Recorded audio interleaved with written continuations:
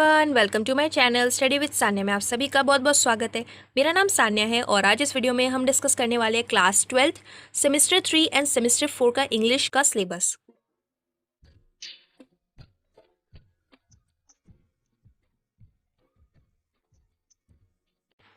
तो दोस्तों, I hope आप सभी का एग्जाम बहुत बहुत अच्छा गया होगा क्लास 11th का। अब आप सभी क्लास 12th में हैं, तो आप सभी ज़रूर बताना कमेंट सेक्शन में आप सभी का एग्ज़ाम कैसा गया अपना क्लास 11th का। ठीक है, रिजल्ट ज़रूर बताना। और साथ ही साथ अब हम क्योंकि क्लास 12th में आ चुके हैं, तो अब हमें बहुत अच्छे से मेहनत के साथ पढ़ाई करनी है ताकि अच्छा स्कोर कर सके हमें, क्योंकि हमारा लास्ट ईयर है स्कूल का एंड साथ ही साथ बोर्ड्स है। तो बहुत अच्छे से पढ़ाई करना है फोकस के साथ। ठीक है, तो सबसे पहले सिलेबस डिस्कस करते हैं, क्योंकि सिलेबस पता होगा तभी तो हम फिर चैप्टर्स पढ़ेंगे ना। ठीक है, और आपको ऐसी जो वीडियोज़ है वो मिलती रहेंगी, एक्सप्लेनेशन की वीडियोज़ मैं लाऊंगी। ठीक है, इंग्लिश की और हिंदी की। और इसके अलावा जो क्वेश्चन आंसर्स नोट्स है आपको वो मेरे टेलीग्राम चैनल पे मिल जाएंगे, लिंक आपको डिस्क्रिप्शन बॉक्स में मिल जाएगा उसका। तो वहाँ पे आपको क्वेश्चन आंसर ज़रूर मिल जाएंगे। और साथ ही साथ ये जो एक्सप्लेनेशन की वीडियोज़ है वो भी आती रहेंगी। तो अगर आप मेरे चैनल पे न्यू हो और आपने अभी तक मेरा चैनल सब्सक्राइब नहीं किया, सो दोस्तों प्लीज़ कर लेना, क्योंकि ऐसी वीडियोज़ आपको मिलती रहेंगी। एंड साथ ही साथ वीडियो पसंद है तो लाइक ज़रूर करें। कोई क्वेरी हो तो ज़रूर कमेंट सेक्शन में पूछना और अपने दोस्तों को भी ज़रूर शेयर कर देना ताकि उनकी हेल्प हो जाए। तो आज स्टार्ट करते हैं। सबसे पहले मैं बता दूं सेमेस्टर 3 और सेमेस्टर 4 का जो क्वेश्चन पैटर्न है वो कैसा होने वाला है। बहुत सारे स्टूडेंट्स को पता होगा, लेकिन कुछ स्टूडेंट्स अगर कन्फ्यूजन में हैं तो उनके लिए मैं आपको बता दूं। सेमेस्टर 3 का जो एग्ज़ाम है वो आपका 40 मार्क्स का होगा।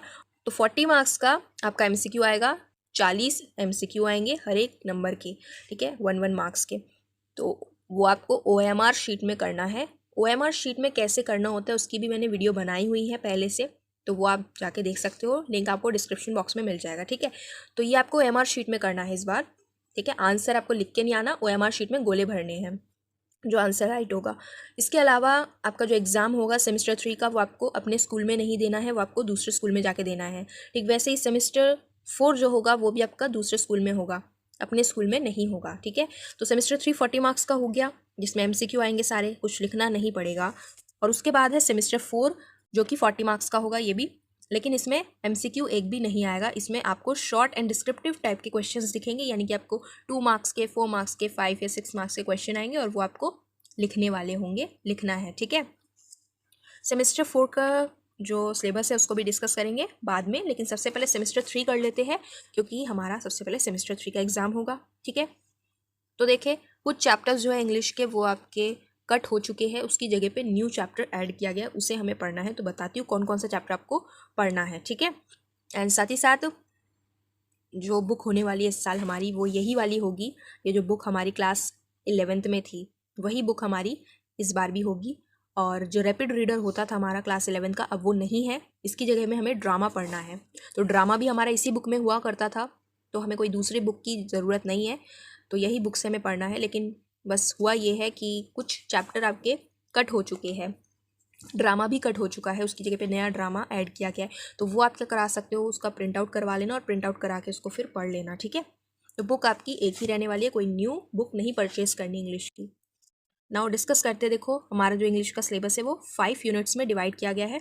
फर्स्ट यूनिट जो है वो प्रोज सेक्शन का है, सेकेंड यूनिट जो है वर्स यानी पोअम सेक्शन वाला, थर्ड जो है वो ड्रामा सेक्शन है, एंड फोर्थ जो है वो टेक्सचुअल ग्रामर, एंड फिफ्थ है रीडिंग एंड कॉम्प्रिहेंशन यानी अनसीन पैसेज। ठीक है, देखो जो प्रोज सेक्शन है वो 10 मार्क्स का आएगा। प्रोज सेक्शन यानी स्टोरीज हमें पढ़नी है इसमें।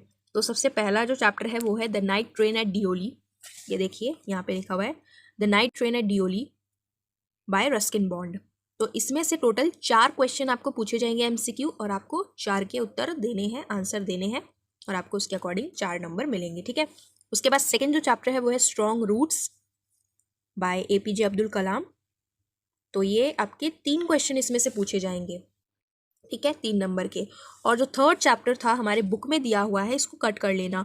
और रूम्स ऑफ वंस ओन ये चैप्टर नहीं करना है हमें, ये चैप्टर नहीं आएगा। इसकी जगह कौन सा चैप्टर आएगा, इसकी जगह द बेट वाला चैप्टर आएगा बाय एंटोन चेकोव। तो ये चैप्टर हमें करना है इस बार, तो इसको आप प्रिंट आउट करवा लेना और उससे फिर पढ़ना। ठीक है, तो ये भी 3 नंबर के क्वेश्चन आएंगे, 3 हमें अटेम्प्ट करने हैं। तो 4, 3 और 3 कितने होते हैं 10, तो 10 नंबर का ये प्रोज सेक्शन होगा। तो 3 चैप्टर ये हमें पढ़ना है इस साल। ठीक है, उसके बाद आते हैं यूनिट 2 में, जो कि हमारा वर्स यानी कि पोएम सेक्शन। तो ये भी 10 मार्क्स का होगा, और इसमें से कोई भी पोएम नहीं काटी गई है, यही दोनों जो दी गई थी बुक में वही दोनों पढ़नी है, ठीक है। ये देख लो लिखा हुआ है आवर केजुरिना ट्री और यूलेसिस, ठीक है। 5 क्वेश्चन इससे आएंगे और 5 क्वेश्चन इससे, तो टोटल 5 5 10 क्वेश्चन 10 मार्क्स का यूनिट 2, ठीक है। फिर आते हैं यूनिट 3 में, दैट इज ड्रामा। 5 नंबर का आएगा ड्रामा सेक्शन, ठीक है, 5 नंबर का। तो ये जो ड्रामा था वो हमारी बुक में दिया हुआ था तारा एक्ट 1, और जो हमारा सेमेस्टर 4 होने वाला था उसके लिए दिया हुआ था तारा एक्ट 2। तो ये दोनों कट कर लेना, ये दोनों नहीं आएंगे। ये हमारा जो ड्रामा है कट चुका है, इसकी जगह आएगा Riders to the Sea, riders to the sea by J.M. Synge. तो ये हमें पढ़ना है, और ये जो राइडर्स टू द सी हम ड्रामा पढ़ेंगे ये हमें बहुत अच्छे से इसी हमारे सेमेस्टर में पढ़ लेना है, क्योंकि जो नेक्स्ट सेमेस्टर होगा उसमें भी यही वाला ड्रामा हमें आएगा, मिलेगा। बस फ़र्क इतना है कि ये जो ड्रामा हम पढ़ेंगे इस सेमेस्टर के लिए वो MCQ के लिए पढ़ेंगे। 5 नंबर का क्वेश्चन आएगा, 5 MCQ आएंगे, तो उसको अटेम्प्ट करने के लिए पढ़ेंगे। और बाकी जो नेक्स्ट सेमेस्टर होगा उसमें हम इसी को सेम जो पढ़ा हुआ है उसी से पढ़ेंगे, समझेंगे, और उससे फिर क्वेश्चन आंसर्स करेंगे। तो इसी से हमें फिर क्वेश्चन आंसर्स अटेम्प्ट करने हैं, यानी हमें लिखना पड़ेगा। 5 नंबर का एक ब्रॉड क्वेश्चन आएगा ना, तो देखो यहाँ पे लिखा हुआ है students will go through the same drama in semester 3 for MCQs and in semester 4 for broad type question respectively. यानी ड्रामा एक ही बार पढ़ना है, एक बार आपका MCQ के लिए और एक बार आपका ब्रॉड टाइप क्वेश्चन अटेम्प्ट करने के लिए। तो ड्रामा सेक्शन जो है वो 5 मार्क्स का होगा, ठीक है। इसको एक बार अच्छे से पढ़ लेना इस ड्रामा को, देन इसी से फिर सेमेस्टर 3 में भी काम बन जाएगा, सेमेस्टर 4 में भी काम बन जाएगा, ठीक है। अब जो नेक्स्ट यूनिट है हमारा वो है टेक्सचुअल ग्रामर। टेक्सचुअल ग्रामर का मतलब है कि जो प्रोज सेक्शन में हमने टेक्स्ट पढ़े थे हमारे, और वर्स सेक्शन में जो टेक्स्ट पढ़े थे उससे रिलेटेड, चैप्टर और पोएम से रिलेटेड आपको सेंटेंस दिया जाएगा और ग्रामर दी जाएगी।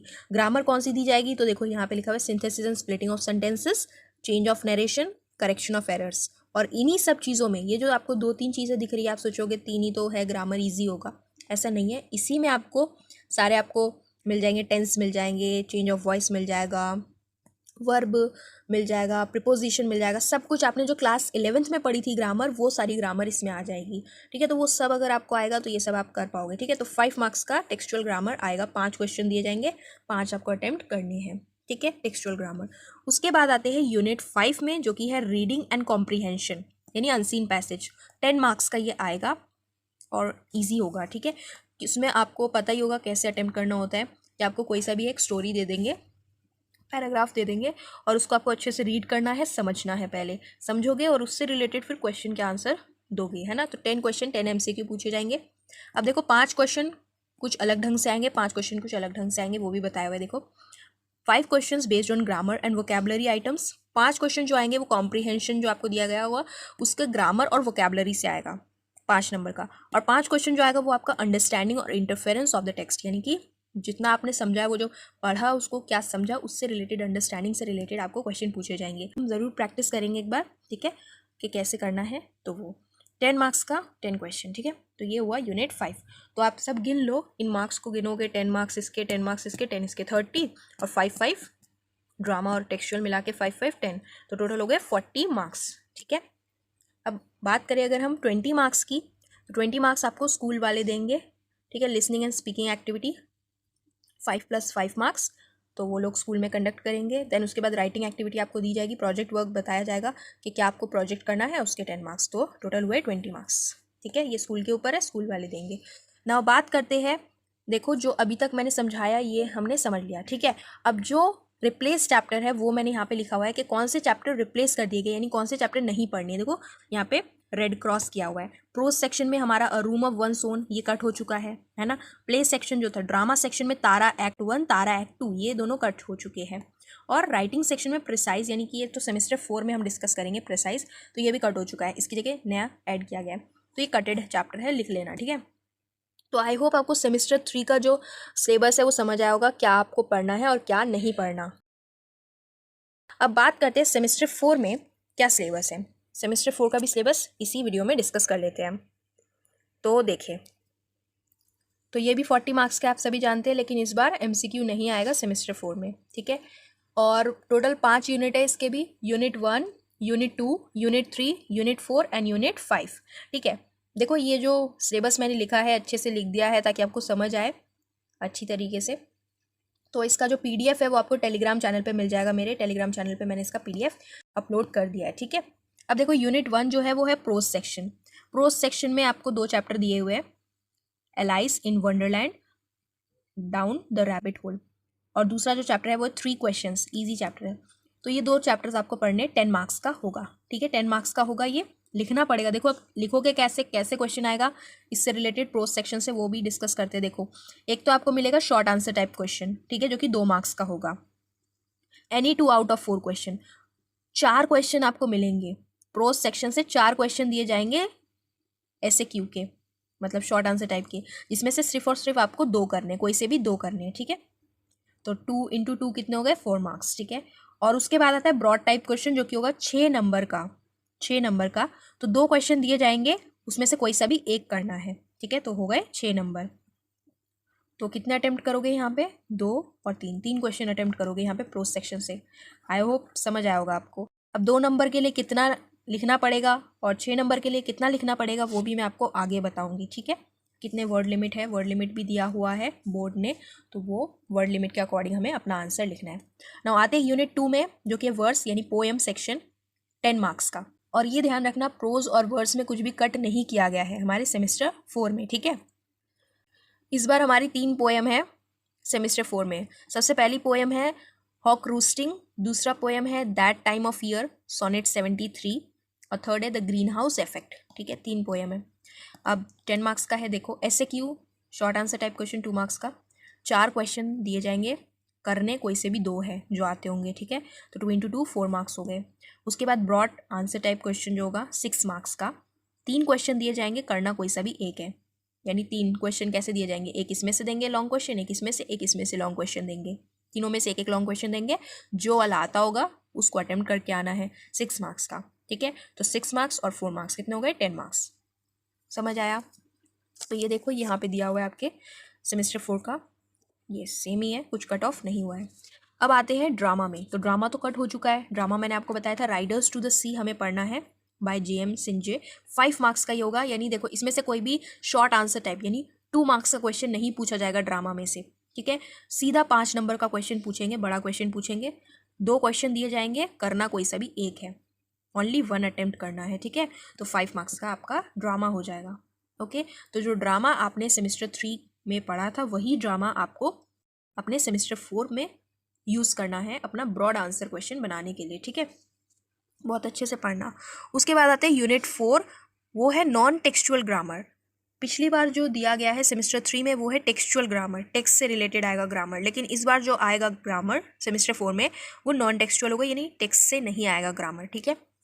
ग्रामर क्या दिया हुआ है देखो, synthesis and splitting of sentences, change of narration और करेक्शन ऑफ एरर्स। यानी जो यहाँ पे किया था सेमेस्टर 3 में ना, ठीक वैसा ही सेमेस्टर 4 में दिया गया है। तो सेमेस्टर 3 के लिए जो पढ़ोगे वही सेमेस्टर 4 के लिए पढ़ना, अच्छे से पढ़ना, एक बार पढ़ना, याद रहना चाहिए, ठीक। तो 2 नंबर का क्वेश्चन होगा, 3 नंबर का होगा, तो इस तरीके से 5 नंबर का यूनिट 4 होगा। चीज़ें कौन कौन सी ध्यान रखनी है आपको इन चीज़ों को करते हुए। इन चीज़ों को करोगे इसका मतलब ये नहीं 3 चीज़ें बहुत इजी, नहीं। इन तीनों को करने के लिए ये चीज़ें याद होना बहुत ज़रूरी है, जैसे tense, voice, phrasal verbs, clause, participle, transformation of sentences, gerund. तो ये सारी चीज़ें ध्यान रखनी है, ठीक है। फिर आते हैं हम लास्ट यूनिट जो है हमारा यूनिट 5, जो कि होगा राइटिंग सेक्शन, 10 मार्क्स का, ठीक है। अब देखो इसमें सबसे पहला जो टॉपिक है वो है एस्से राइटिंग। एस्से राइटिंग 10 मार्क्स का। अगर एस्से राइटिंग करोगे तो 10 मार्क्स का है, 150 वर्ड्स में करना है। और एस्से राइटिंग नहीं करना तो इसके अलावा आपके पास ऑप्शन है ड्राफ्टिंग ईमेल, साथ ही साथ ब्लॉग राइटिंग। देखो अगर ड्राफ्टिंग ईमेल और ब्लॉग राइटिंग करोगे तो 5 मार्क्स का है, यानी कि आपको दोनों के दोनों करने हैं, ये दोनों ड्राफ्टिंग भी करना है, ब्लॉग राइटिंग भी करना है, ठीक है। 75 वर्ड्स इसका, 75 वर्ड्स इसका। तो अगर एस्से राइटिंग करोगे तो सिर्फ अकेला एस्से राइटिंग करना है, ठीक है। लेकिन अगर ड्राफ्टिंग ईमेल करोगे तो साथ में ब्लॉग राइटिंग, दोनों एक साथ करने, क्योंकि ये 5 नंबर का है, ठीक है। तो सबसे बेटर ऑप्शन यही रहेगा कि आप ये सेकंड वाला चूज़ करो, सेकंड वाला करो, ड्राफ्टिंग ईमेल और ब्लॉग राइटिंग। एक बार समझ जाओगे तो आप 5 मार्क्स का करोगे ना, तो होगा ये कि अगर फॉर्मेट भी लिख के आओगे तो कुछ तो नंबर मिलेगा ना इन दोनों का। और साथ ही साथ होता ये है कि 10 मार्क्स कोई भी टीचर सीधा से नहीं देना चाहता, 10 मार्क्स में देगा तो आपको 5 नंबर 6 नंबर इस तरीके से। बहुत अच्छा लिखोगे तब जाके 8-9 नंबर मिलते हैं। ठीक है। और अगर ऐसा नॉर्मल लिख के आओगे तो 5 नंबर मिलेंगे। लेकिन अगर क्या करोगे, ड्राफ्टिंग ईमेल और ब्लॉग राइटिंग ये दोनों लिख के आओगे तो अगर इतना अच्छा नहीं भी लिखा तो भी आपको 3 नंबर यहाँ मिल जाएंगे, 3 नंबर यहाँ, तो टोटल कितने हुए, 3 और 3 6 नंबर।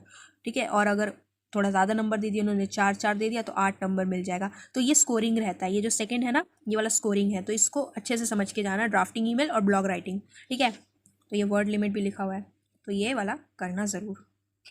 तो इस तरीके से हमारे 5 सेक्शन कंप्लीट होते हैं। ठीक है। अब बात करते हैं वर्ड लिमिट की। तो 2 मार्क्स के क्वेश्चन के लिए 20 से 30 वर्ड्स में लिखना है। अब इससे ना तो ज़्यादा लिखना है ना ही कम लिखना है। ठीक है। ज़्यादा लिखोगे तो टाइम वेस्ट होगा, आगे के क्वेश्चन भी अटेम्प्ट करने रहते हैं ना, तो ज़्यादा मत लिखना और उससे कम भी मत लिखना। और 5 और 6 मार्क्स के क्वेश्चन के लिए आपको 100 से 120 वर्ड्स में लिखना है, ना तो इससे ज़्यादा ना इससे कम। ठीक है। तो ये है वर्ड लिमिट। सो दोस्तों, आई होप आपको पूरा वीडियो समझ आया होगा, आपको सिलेबस समझ आया होगा। तो इसी के साथ मिलते हैं फिर नेक्स्ट वीडियो में। तब तक के लिए till then take care and bye bye.